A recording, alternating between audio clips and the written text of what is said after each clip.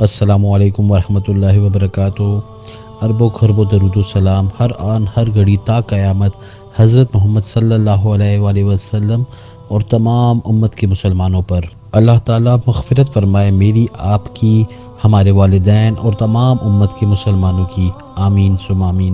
ہمارے چینل کی طرف سے جیتے ہر سال رمضان المبارک میں عمرے کا ٹکٹ۔ قرآن اندازی میں شامل ہونے کے لیے ہمارے چینل کو سبسکرائب کریں، اس ویڈیو کو لائک کریں، کمنٹ میں اپنا نام لکھیں اور اس ویڈیو کو اپنے دوستوں سے شیئر کریں۔ زلزلہ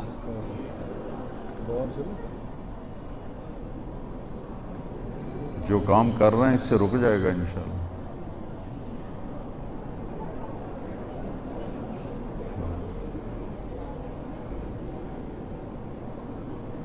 لا الہ الا انت سبحانک انی کنت من الظالمین۔ پڑھیں لا الہ الا انت سبحانک انی کنت من الظالمین، لا الہ الا انت سبحانک انی کنت من الظالمین، لا الہ الا انت سبحانک انی کنت من الظالمین، لا الہ الا انت سبحانک انی کنت من الظالمین، لا الہ الا انت سبحانک انی کنت من الظالمین۔ رک گئے؟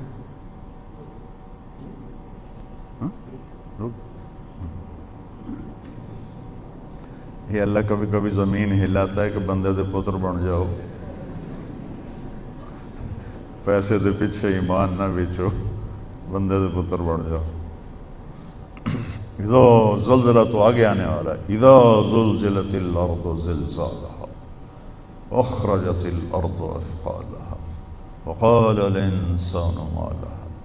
جب زمین پر آئے گا ایک خوفناک زلزلہ، یوم ترجف الراجفہ تتبعها الرادفہ قلوب یومئذ واجفہ ابصارها خاشعہ۔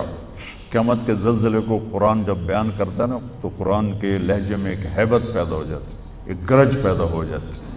اللہ نے جو پہلی قوموں کو تباہ و برباد کیا اس میں سب سے زیادہ لوط علیہ السلام کی قوم پہ عذاب کٹھے مارے، پتھروں کی بارش اور اوپر نام لگے ہوئے اور نوکیلے پتھر اور زمین میں زلزلہ۔ پہلے زلزلہ تھا، تھوڑا سا زلزلہ آیا تو ہم سارے پریشان ہو گئے، تو خوفناک زلزلہ، اور پھر اس کے بعد اس کو اکھاڑا اور اوپر جا کر یوں زمین پہ مارا، اوپر والا نیچے، نیچے والا اوپر کر دیا، چہرے مسخ کر دیے اور ایک گندے پانی میں ان کی لاشوں کو ڈبو دیا۔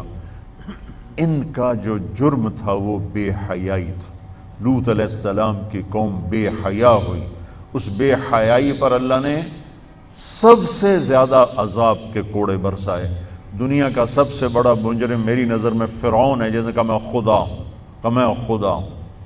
دنیا میں کسی انسان نے یہ نہیں کہا میں خدا ہوں سوائے فرعون کے۔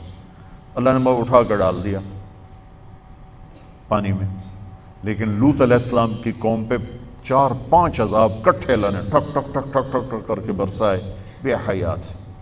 اور معاشرہ بے حیا اس وقت ہوتا ہے جب اس کی پابندیاں ختم ہو جائیں، اس کی حدود حد بندی ختم